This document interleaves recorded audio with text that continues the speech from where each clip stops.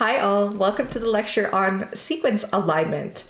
I think this will probably be chunked out into 2 or 3 parts, this lecture. You'll probably already know because you can see it on the Canvas page. I just don't know exactly what that will look like right now because I haven't done it yet. As you may have noticed in the past couple of videos, I am struggling with a little bit of an illness right now, so I really need the opportunity to blow my nose off camera. I don't want me blowing my nose going down in the YouTube video history. So we're going to chunk it out. It will also be nice because it is quite a long lecture with 76 slides, so it should be a win-win for everybody involved. Before we get started, I wanted to do a shout out to the students that reached out to let me know the sound in the first couple videos was very quiet. I didn't realize I had changed my mic settings, so I really appreciate that feedback that we got early on. Should be fixed now. Should be able to hear me a lot more clearly in this video. And if things like that come up in the future, just let me know. So again, thank you to those students who reached out. I really, really appreciate it. And the final thing that's also related to iteratively improving this course is that I have seeded the course questions discussion board with the questions that I will be asking y'all in this lecture. So remember, I am asking for us to participate in some back and forth in that on the discussion board that will kind of mimic that back and forth that we would have if we were face to face.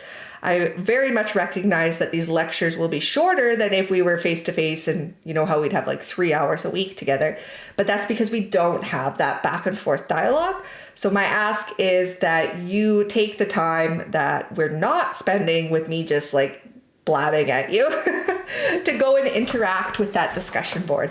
Not only does that give me a good gut check on how the course content is going for y'all, if there's anything that I need to improve, etc., but it's a great way to kind of reinforce some of the things that we talk about in these lectures after the fact, or if you pause it and go during the fact. It's just going to help us continue to think about things in different ways and have those discussions. So thank you to everybody who did that last week. I know it was a little bit chaotic because I didn't have the questions seated, and now I do, so that should be a little bit better. But yes, sequence alignment. Sequence alignment, I hesitate, but I'm also confident to say that it's probably the most popular task in bioinformatics. It was definitely the thing I did most often when I was a bioinformatician. And it's also one of the tools that a lot of our other technologies and algorithms that we'll talk about later on in this course build off of. So it's really important for us to get a fairly solid understanding of this now. If you have questions about any of the things that I talk about here, please just reach out in the discussion board so we can make sure we get rid of any roadblocks quickly so they don't persist throughout the course. Now, before we dive into the biology aspect of it, we're going to be talking about it in terms of just like words and language as a whole and how we could leverage some of the things we know from linguistics. Shout out to all the linguistics students that are in this course to help aid in some of these things that we're going to be doing with sequences. So the key idea here is that similar words, think about it from different languages, they could be similar. In the same language, they could be similar. The idea is they might share some sort of linguistic or evolutionary relatedness. So that's the idea, that these words just didn't get made up out of nowhere. Oftentimes the words we're using, for instance, in modern English have been derived from some other language or some other point in time. So they have some sort of lineage associated with them. And again, I'm not a linguist, so linguists in the class, please fact check me on the discussion board if I'm saying anything incorrect here. But the idea is that the more similar the words are, the stronger the evidence is that they are related or that they came from some common ancestral word. So my question to y'all to think about is, and of course this is seated on the discussion board, so please post your thoughts there. And there is no right or wrong answer here. If words are similar, think about it from either in 2 separate languages. If they are similar kinds of words, they sound similar, they look similar. Does it guarantee relatedness, that they came from some ancestral word that links them together? why or why not. And this could also be words that are in the same language. I really struggle to think of examples here, but I know there are. So again, I wish we were live in person because then I could just be calling on all the linguists in class and be like, can you give me an example? Woo! But alas, here we are. And you're just stuck with my limited knowledge of linguism? What is that word?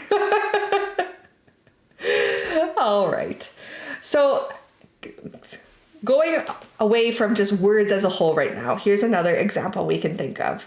What are the chances that two names, so actual names of like people in this instance, that are each in a different language, so say one is in English, one is in Chinese, or one is in Chinese, one is in Japanese, whatever, pick your flavor, that look similar when they're written in an accented Latin alphabet, are the same name? Are we guaranteed that those are the same? Well, if you're like me and a bit of a pessimist, your gut is probably telling you there's always a chance that something could possibly happen that results in those names not having any shared history, which would be something like random chance. But how strong would that random chance be compared to the other option where they do have some sort of related history? So my questions, and I have both of these questions in the discussion board, is for the first one, I want to know your thoughts. What are the chances that those two names in the different language are the same name? And what is the probability or the chance that that similarity is actually reflective of these evolutionary relatedness or linguistic relatedness that we've been talking about? I don't expect a formal number. I'm going to say 13.2%. Don't expect that. But just some discussion around, is it possible that they came from random chance? Again, I'm a pessimist. My gut always is like, oh, probably there should be something there. But which one is stronger? Or do you disagree with me? Do you think that there is no chance that those things just happened randomly and that they actually have to have some sort of evolutionary relatedness? Love to know your thoughts in the discussion board. So the next question is here, how do we measure similarity? And this is when we're thinking about words. We've been saying this whole time, when two words are similar or two names are similar, it's like, okay, but we actually haven't defined similar at all. So how are we supposed to have this discussion? And when we talk about similarity, it can mean lots of different things. So similarity and relatedness, which is another word that we have used up to this point, are two different things. Relatedness is an actual relationship that exists between two things. Similarity is typically just based on how something looks or sounds, if we're talking about words, that kind of thing. It's more of a phenotypic, quote unquote, measure than a true evolutionary or historical relationship where that would be relatedness. And I use phenotypic in quotes here because we're obviously not measuring traits of an organism, or visible traits of an organism, which is what a phenotype would be. But it's the same kind of ideas that we would think about when we're looking at phenotypes. So oftentimes we can quantify how similar two words or names are by counting letter changes. So there's actually a game online for this of like, how do you take this word and convert it into this word with the smallest number of changes. You can play that. You can play it every day, kind of like Wordle. It's quite fun. But again, I'm a big nerd, so take that with a grain of salt. And even if two names are very similar, so that they look similar or they sound similar, there's no guarantee that they have relatedness. So this doesn't mean that they arrived at their current form by independent means or chance, but it doesn't mean they didn't either. So similarity doesn't guarantee that two names are related, but oftentimes if two names are related or two words are related, they will be similar. Clear as mud? It's these slight differences in words that are really, really important, especially once we start moving into the biological side of this and the way of thinking. Is that similarity means the two things look similar. They have similar letters in similar places. Relatedness means they actually share that ancestral relationship. And so oftentimes we're trying to use similarity to infer that relationship. But we need to be cognizant and careful about how we're wording things around that. Because again, going back to that previous question here, how do we know what chance or probability something is that the similarity is actually reflected of that relationship of relatedness? It's pretty hard to tell, but we'll see what y'all have to say about that in the discussion board. So I kind of talked about this already, but similarity will provide evidence of evolutionary relatedness. Confidence in that evidence is going to be dependent on the amount of similarity. So before we were talking about, hey, if two words are similar, how confident can we be in this? And I said, oh, we can't really, I'm not expecting you to say 13.6% confident or something like that. But once we start actually looking at sequences and how we compare them and how they're similar, how we define how similar they are, we can actually assign a confidence to that based on the similarity score that we give to them. And so we'll see that later in this lecture. Confidence in the evidence is usually going to also be dependent around additional contextual information. So just because two things are identical does not mean we can say, hey, these are related historically. Somewhere down the line, we usually need to put on our biology hat at some point and say, does this actually make sense biologically speaking? And we'll get into a little bit of that why later on, but spoiler is because computers will always give us a result, but that result always won't make biological sense, which is where the secret special power of bioinformaticians comes in. So how does any of this relate to biology? I feel like I've already given a couple of spoilers to this. But remember, biology is all about, I say all about, but again, there's my bias showing that you all know I just love DNA. So a core aspect of biology, let me phrase it like this, is around the evolution of DNA. We can understand how DNA or proteins change over time and use similarity to help provide evidence regarding evolutionary relatedness. We use things like similarity scores, which we'll get into later in this lecture, things like actual probabilities associated with how confident we are in our conclusion that two things are related in order to provide evidence there and back up our findings. We don't just say these two things are 100% identical, so they are similar. We're also bringing in that biological context of, does this actually make sense? And we'll get into more of that later. So just a very, very quick review from last week. So remember, cells are the building block of all functional or of all living things. So they're a functional unit, a functional building block.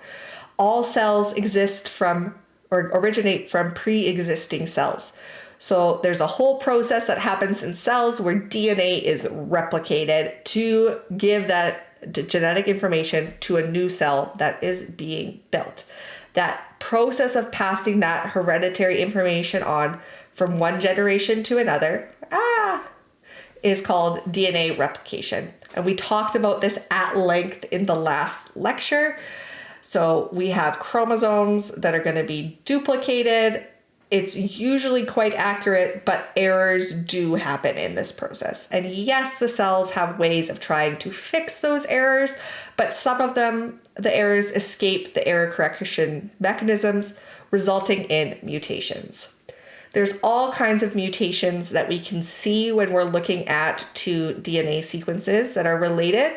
We can see things called single nucleotide polymorphisms, SNPs. These are also sometimes called single nucleotide variants or SNVs. That's just when one nucleotide in the sequence has changed from when you're looking at one sequence compared to another. So that'd be like a single swap of an A to a G, something like that.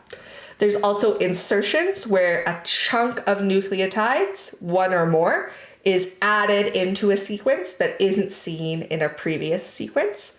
And similarly, the reverse of that, deletions, where one or more, so some chunk of nucleotides, are removed from one sequence that were seen in a previous sequence. And oftentimes, if you class it as an insertion or deletion, is going to depend on that biological hat that we wear. Again, as we're looking at these sequences and saying, okay, are we comparing this to something forward looking? So it was inserted.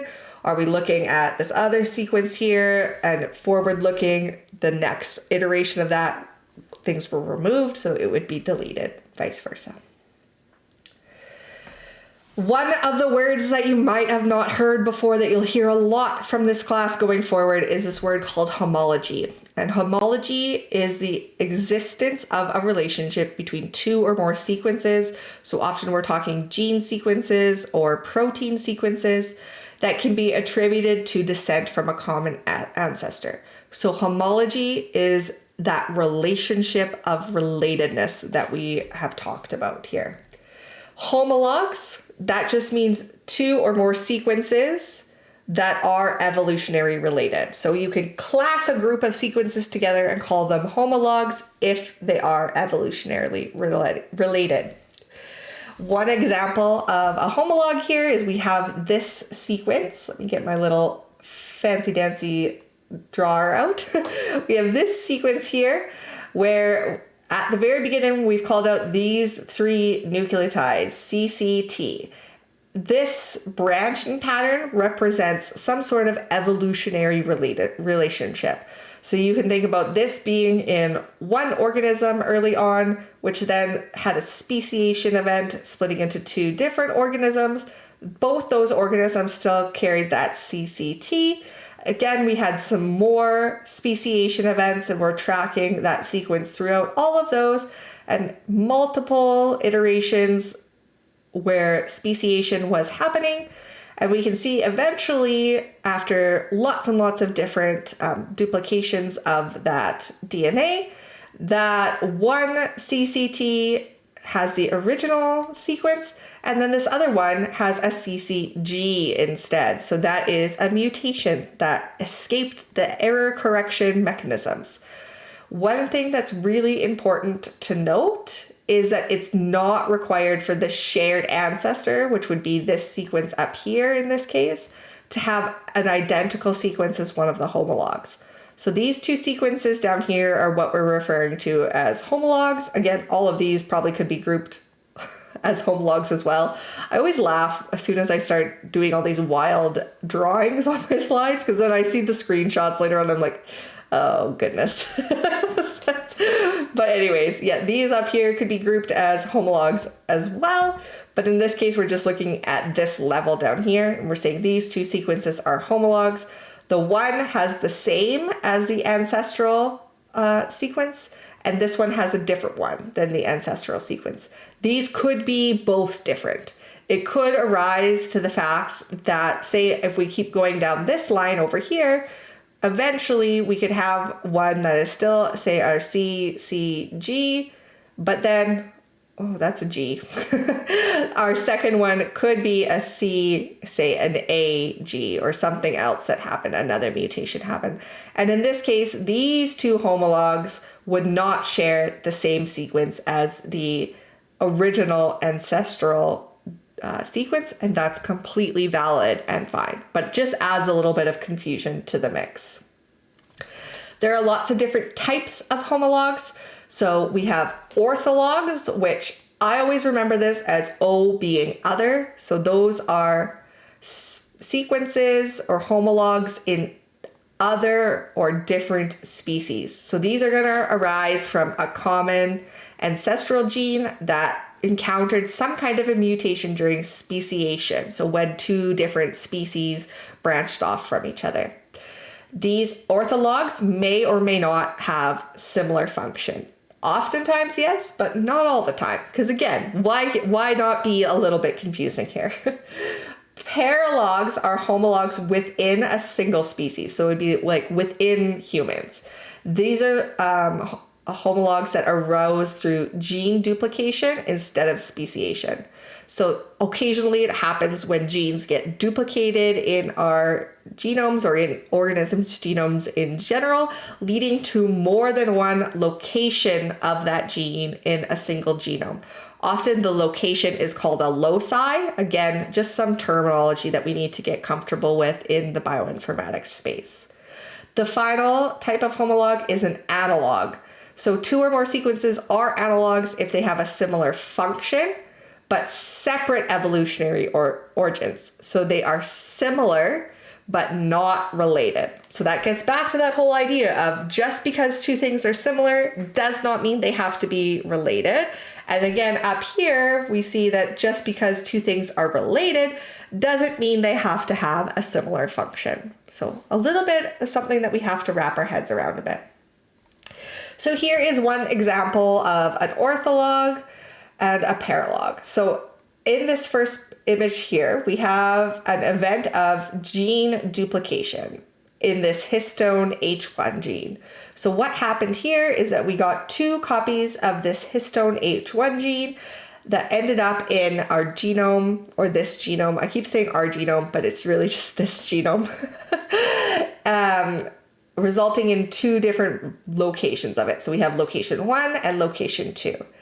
Later on, this continued to get duplicated, etc., etc. There was a speciation event that happened where humans and chimpanzees came to be known as what they are today. And that speciation event caused orthologs for both paralogs of that histone H1 gene. So we have a histone H1 in humans, we have a histone H1 in chimpanzees. Those are paralogs. We have a histone H1.2 in humans and a histone H1.2 in chimpanzees. Again, orthologs. But then if we look at just within one species, those two genes are paralogs. So it's just giving some more context, some more practice thinking about what is an ortholog, what is a paralog. It's likely a word that you're not very familiar with. So if you're like, I don't know if I quite have this 100%, don't worry. We'll have lots of opportunities to practice with this, lots of opportunities to continue to talk about this throughout the course. So my next question to you is, does homology imply that two sequences have similar function? I feel like I've already answered this in the video, so there is a correct answer for this one, but it is okay if you get it wrong because that just means I didn't do a good enough job teaching this topic. But what do you think? Go to the course discussion board, add your thoughts there.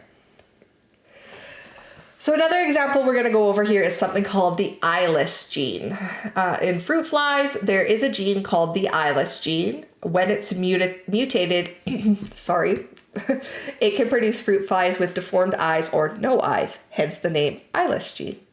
In 1994, it was found that the eyeless gene in the fruit fly is similar to a gene from mice called small eye that is important for eye formation in mice, and certain variants also result in malformed eyes. These genes are homologs, and they have similar functions. So since they're homologs, since they're in different organisms, they would be called orthologs, and they have similar function because they're related to these malformed or deformed eyes in these different species. So why do we actually study homology? What is the point of all of this?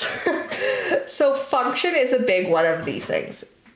Homology helps us to predict the function of newly sequenced genes. This is so important to a lot of the work that bioinformaticians do. A lot of the times when we're working on sequencing organisms or variants that haven't been sequenced before, we need to then go in and identify where are those genes and what are the likely functions of those genes. It can be extremely important when we're working with variants of a particular organism and say one has some sort of phenotypic characteristic that we're really interested in. We need to go in and be able to identify, say, if a gene duplication event occurred in one of these variants of this organism, to try to figure out, could that be the reason that this phenotypic trait that we're so sought after is actually occurring. Additionally, from function, it also helps establish evolutionary relationships. So the whole tree of life, if you've heard of that before, the idea that we all come from a common ancestor and that we share common ancestors with other organisms in the world as well, all of that information has been gathered through the study of homology and sequences. So, for function, consider this case. If someone sequences a gene in species A, say this is a dog, and it's known, it's similar, so it has similar kinds of nucleotides in it to a known gene from species B, say a cat. Pretend that we know the function of this gene in the cat.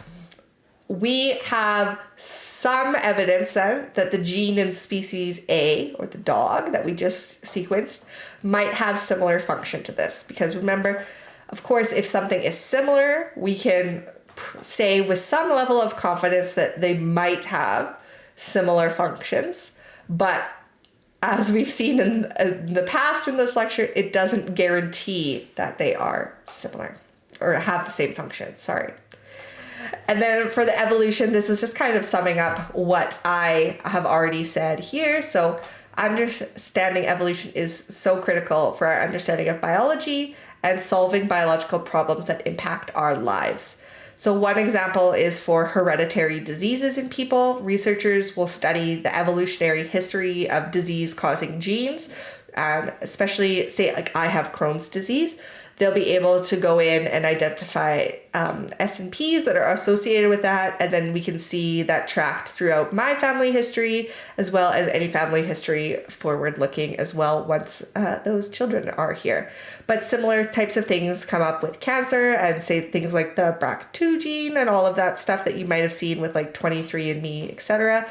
That once we know that one individual in that family tree has that gene of interest that's associated with a disease, we can track that throughout the rest of the family tree as well.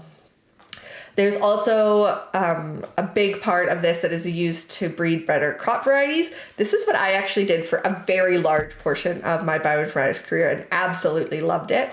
It's really valuable to know about related species and their genomic and phenotypic characteristics. So oftentimes we're trying to breed for specific phenotypes in these crops, and we want to associate those phenotypes with specific genetic markers that we can then use for selective breeding to try to get those phenotypes that are desirable for that crop species.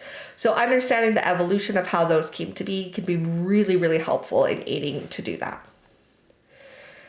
So we're often using similarity as evidence for homology. But how do we tell if two sequences, how do we tell,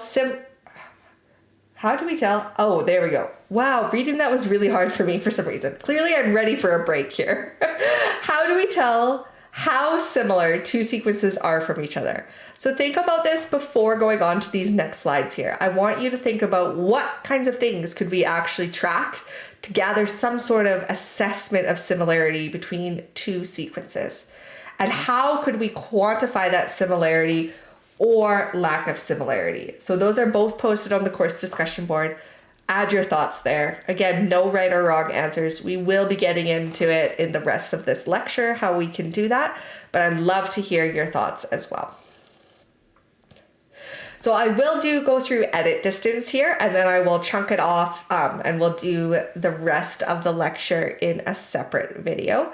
So edit distance is the distance between two strings. Oh, that doesn't make sense. I should have probably chunked this off already. I was like, oh, I really want to end this recording and redo this all, but I don't want to go all the way back to the beginning. Rewind it. Let's try this again. Remember that game I was talking about where you have one word and you want to convert it into another word in the smallest number of changes? That is effectively edit distance. So it's the smallest number of edits required to turn one string or word or sequence into another one. It's a concept that was originally created in 1965 by a name that I cannot pronounce. I can pronounce the first name, Vladimir, not the second name. And it was originally developed for non-biological applications. For us, and we'll think of a string being a sequence. A string is really just the concept of like a word in computer science, in programming languages. But yeah, you can use it for words, we can use it for sequences, you name it, we can do it. So there are a number of operations that we can do when trying to calculate edit distance. We can insert one nucleotide at any spot. We can delete one nucleotide at any spot, or we can substitute, where we would convert one nucleotide into another nucleotide at any spot. And again, remember, we're trying to identify the smallest number of edits required to change one sequence into another sequence. So here is an exercise we have. We have the word CATG and TAT. Let me just post up this instead. So oftentimes, if I'm trying to figure out the edit distance between these two, what I'm going to do is I'm going to start off by typing one of the words at the top and one of the words at the bottom. And then every line, I'm going to be doing one of those operations that we talked about. So if I'm looking at this from the beginning here, I can see, well, the very first nucleotide doesn't line up. So let's change that to a TATG. So that would be an insertion. Now, if we wanted to take this TATG and convert it into TAT, all we would need to do is remove or delete this G at the end. So to get to the second one here, we would have a deletion. And that's going to be an edit distance of 2. And the reason it's 2 is because we did 2 operations here.